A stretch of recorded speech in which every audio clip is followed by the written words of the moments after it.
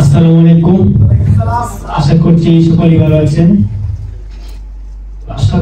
আসলে আমি এই সর্বপ্রথম কৃতজ্ঞ মহান সৃষ্টিকর্তার প্রতি এবং তারপর আমি কৃতজ্ঞ জানাই যিনি এই 3 দিন ট্রেনিং করে আমাকে শিখিয়েছেন এবং শুধু আমাকে নয়, আপনারা এখানে যারা বসে আছেন আপনাদের প্রত্যেককে শিখিয়েছেন।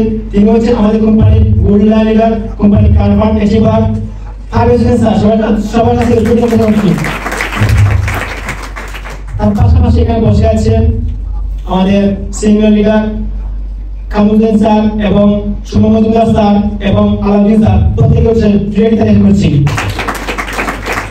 আসলে আমি আমার অনুভূতি কি বলবো, আসলে আমি গত বছর স্পেস ট্রেনিং করেছিলাম, কিন্তু ওই দিন ট্রেনিং এ আমার প্রথম ট্রেনিং ছিল, কিন্তু ওই দিন আমি ভালো পারফরমেন্স করতে পারি নাই, যার কারণে আমি হতাশ হয়ে নাই। যে আমি মনে করেছিলাম যে আজকে হয়তো আমি ভালো পারফরমেন্স করতে পারি নাই, কিন্তু কোনো এক সময় এটা আমার শেষ সুযোগ নয়, আরো সুযোগ আসবে, কোনো এক সময় আমি ভালো পারফরমেন্স করবো এবং সেরা হবো।